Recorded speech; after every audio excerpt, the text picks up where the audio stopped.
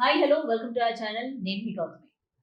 అయితే rave party గత 2, 3 రోజులుగా కూడా బాగా హల్చల్ అవుతుందన్నమాట. అయితే ఇందులోనే ముఖ్యంగా మనకి బాగా వినిపిస్తున్న పేరు ఏదైతే ఉందో హేమ అన్నమాట.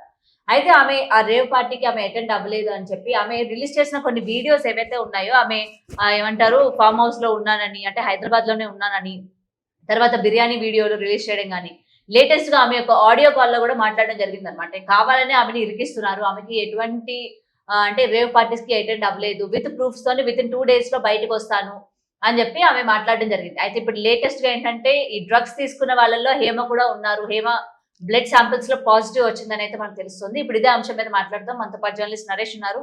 ఆయనతో మాట్లాడి మరిన్ని విషయాలైతే తెలుసుకుందాం. నమస్తే నరేష్. నమస్తే గౌతమి. అయితే హేమ మనం స్టార్టింగ్ నుండి చూస్తుంటే నరేష్ ఆమె చేసిన ప్రతీది కూడా ఏంటంటే ఫార్మ్ హౌస్‌లో ఉన్నానని చెప్పడం. దాని తర్వాత బిర్యానీ వీడియోలు పెట్టడం. దాని తర్వాత ఆడియో కాల్‌లో అలా మాట్లాడడం. అంటే ప్రతీది కూడా దేనికి పొంతన లేకుండా ప్రతి చోట కూడా ఆమె ఏంటంటే ఎటువంటి తప్పు చేయలేదు. ఎటువంటి రేవ్ పార్టీకి అటెండ్ అవ్వలేదు అని చెప్పి ఆమె వైపు నుంచి ఆమె ఎప్పటికప్పుడు వీడియోలు రిలీజ్ చేస్తా ఉంది. ఇప్పుడు రీసెంట్‌గా ఏంటంటే ఆమె బ్లడ్ సాంపిల్స్‌లో ఆమె పాజిటివ్ వచ్చింది. అంటే డ్రగ్స్ తీసుకున్నట్టు కూడా తెలిసింది. వీటన్నిటిని మనం ఎలా చూడాలంటారు? ఆమె అటు మీడియాని గాని, ఇటు పోలీసులను గాని అంటే బోల్తా కొట్టించే ప్రయత్నం చేసే ఈ తరుణం దీన్ని మొత్తం కూడా మనం ఎలా చూడొచ్చంటారు నరేష్? మొదటగా ఈ రేవ్ పార్టీ అనేది బాగా వైరల్ అవుతుంది. మన తెలుగు మెయిన్ స్ట్రీమ్ మీడియా కూడా బాగా చూపిస్తుంది. రేవ్ పార్టీ అప్డేట్స్‌ని మనకి ఇస్తుంది. అంటే ముఖ్య కారణం అందులో హేమ పార్టిసిపేట్ చేసిందనే. ఓకే. ఎందుకంటే కర్ణాటకలో జరిగినటువంటి ఇన్సిడెంట్‌కి ఇంత ప్రాముఖ్యత, ఇంత ఇంపార్టెన్స్ అవసరం లేదు. ఒకటే అందులో హేమ పార్టిసిపేట్ చేసింది అనే విషయం ఉంది కాబట్టి immediate pin to pin update మనకొస్తుంది. మొదటగా హేమ పార్టిసిపేట్ చేసిందని, ఆ తర్వాత హేమ లేదు పార్టిసిపేట్ చేయలేదు అని చెప్పి ఆమె వీడియో రిలీజ్ చేయడం, వెంటనే బెంగళూరు పోలీసులు ఒక ఫోటోని రిలీజ్ చేయడం, హేమ ఉన్నటువంటి ఫోటోని. తర్వాత హేమ నేను బిర్యానీ చేస్తున్నా అని ఆమె నెక్స్ట్ డే ఒక వీడియో రిలీజ్ చేయడం జరిగింది. మొత్తానికి హేమ అబాసుపాలు అయిపోయింది. హేమ పార్టిసిపేట్ చేసి చేయలే అంటుందని. మరోవైపు చాలామంది అనలిస్టులు ఒకవేళ హేమ పార్టిసిపేట్ చేయకపోతే హేమ చాలా రఫ్గా ఖండిస్తుంది, కానీ ఆమె లైట్గా చెప్తుంది అని చెప్పేసి, ఆమె ఉంది కాబట్టే ఆమె చాలా సైలెంట్గా చెప్తుంది, క్యాజువల్గా చెప్తుంది, అంత సీరియస్గా చెప్పట్లేదు అని అంటున్నారు. సో ఇవాళైతే హేమ కన్ఫర్మ్ అయిపోయింది, అంటే హేమ పార్టిసిపేట్ చేసినట్టు. ఎందుకంటే హేమ బ్లడ్ శాంపుల్లో హేమ డ్రగ్స్ తీసుకున్నట్టు పాజిటివ్గా వచ్చిన వార్తలు మనం చూస్తున్నాం. మొత్తం 150 మంది పార్టిసిపేట్ చేశారు. మనం నిన్న 100 మంది పార్టిసిపేట్ చేశారేమో అనుకున్నాం. 150 మంది బ్లడ్ టెస్ట్, అంటే బ్లడ్ శాంపిల్స్ టెస్ట్ చేస్తే దాంట్లో మొత్తం 86 మంది 86 మెంబర్స్ డ్రగ్స్ తీసుకున్నట్టుగా బయటపడ్డారు. అందులో అధిక శాతం అంటే ఎక్కువగా ఫిమేల్ కంటే మేల్ ఉన్నారు. మేల్ 57 మెంబర్స్ మగవాళ్ళు డ్రగ్స్ తీసుకున్నట్టుగా బయటపడితే, ఆడవాళ్ళు 29 మంది, ఆ 150 మందిలో 29 మంది ఆడవాళ్ళు డ్రగ్స్ తీసుకున్నట్టు బయటపడింది. మొత్తం 86 మంది. సో 29 మంది ఆడవాళ్ళలో హేమ కూడా ఉంది. హేమ కూడా డ్రగ్స్ తీసుకున్నట్టు ఆమె బ్లడ్ శాంపిల్స్లో బయటపడ్డది. మొత్తానికి ఇప్పుడు హేమ రక్తనాళాలు, అంటే రక్త కణాల్లో డ్రగ్స్ ఉన్నాయి, హేమ బ్లడ్ టెస్ట్ చేస్తే డ్రగ్స్ ఉందని బయటపడింది అనే వార్తలు మనం చూస్తున్నాం. సో ఒకవేళ హేమ కనుక పార్టిసిపేట్ చేయకపోతే ఆమె బ్లడ్ శాంపిల్స్ ఎందుకు తీసుకుంటారు, ఎందుకు చెక్ చేస్తారు? ఒకవేళ హేమ పార్టిసిపేట్ చేయకపోతే డ్రగ్స్ ఆమె బ్లడ్లో ఉన్నట్టు ఎట్లా బయటపడతాయి? సో ఇంటర్నల్గా ఉన్నటువంటి, అంటే ఇండస్ట్రీలో ఎంతోమంది డ్రగ్స్ తీసుకునే వాళ్ళు ఉండొచ్చు, కానీ ఇప్పుడు హేమ అయితే కన్ఫర్మ్ అయిపోయింది హేమ డ్రగ్స్ తీసుకుంది అని చెప్పేసి. ఇంకా గతంలో హేమ ఆహార్యం ఏ విధంగా ఉండేది, ఆమె ఫేస్ చాలా సినిమాల్లో చేసింది, ఆమె రోల్స్లో ఆమె ఫేస్ చూసాం. నిన్న ఫొటోస్లో కానీ వీడియోస్లో హేమ ఫేస్ చూస్తే చాలా ఉబ్బిపోయినట్టు మనకు అనిపిస్తుంది. సో హేమ గతంతో పోలిస్తే ఇప్పుడు చేంజ్ అయ్యింది. ఇంకోటి 50 లక్షల ఎంట్రీ ఫీజు అంటున్నారు.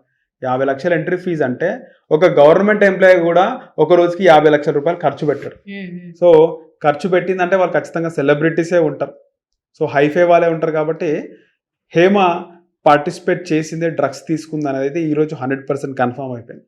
ఇంకా అక్కడ పోలీసులు ఎవరెవరు పార్టిసిపేట్ చేశారు అనే నేమ్స్ చదివేటప్పుడు దాంట్లో హేమ పేరు లేదు, కానీ హేమ అసలు పేరు రాయించుకుంది. అక్కడ ఏదో కుమారి అని రాయించుకుంది అనేది కూడా మనకి కనబడుతుంది. ఏదో కుమారి అనే పేరు వచ్చిందా, హేమ పేరే కుమారిగా.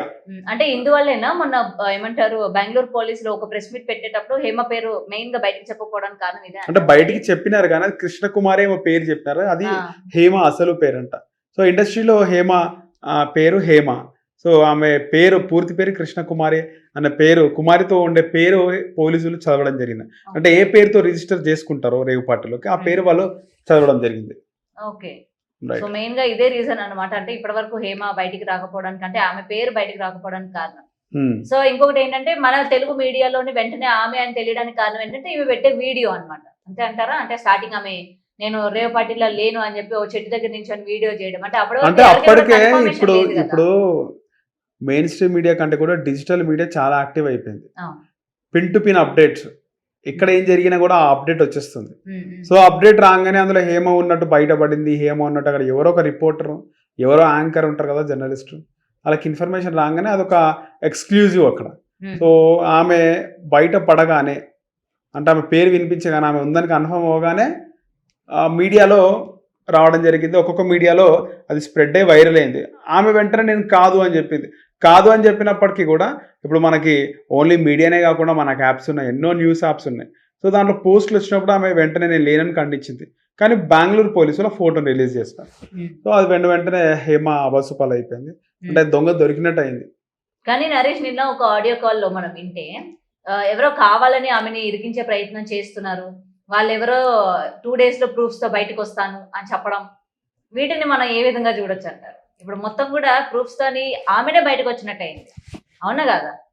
దీన్ని మనం ఏ విధంగా తీసుకోవచ్చు? మళ్ళీ మీడియాని బోల్తా కొట్టించే ప్రయత్నమే ఆమె చేశారనుకోవచ్చా? అనుకోవచ్చు, కప్పిపించుకునే ప్రయత్నం చేస్తుంది అనుకోవచ్చు. కాల్ రికార్డింగ్ దొరుకుతుందండి, దొరికినప్పుడు ఆ వాయిస్ నాది కాదని కూడా చెప్పొచ్చు. ఓకే, మాట్లాడిన వాయిస్ నాది కాదు, మిమిక్రీ చేశారని కూడా చెప్పొచ్చు.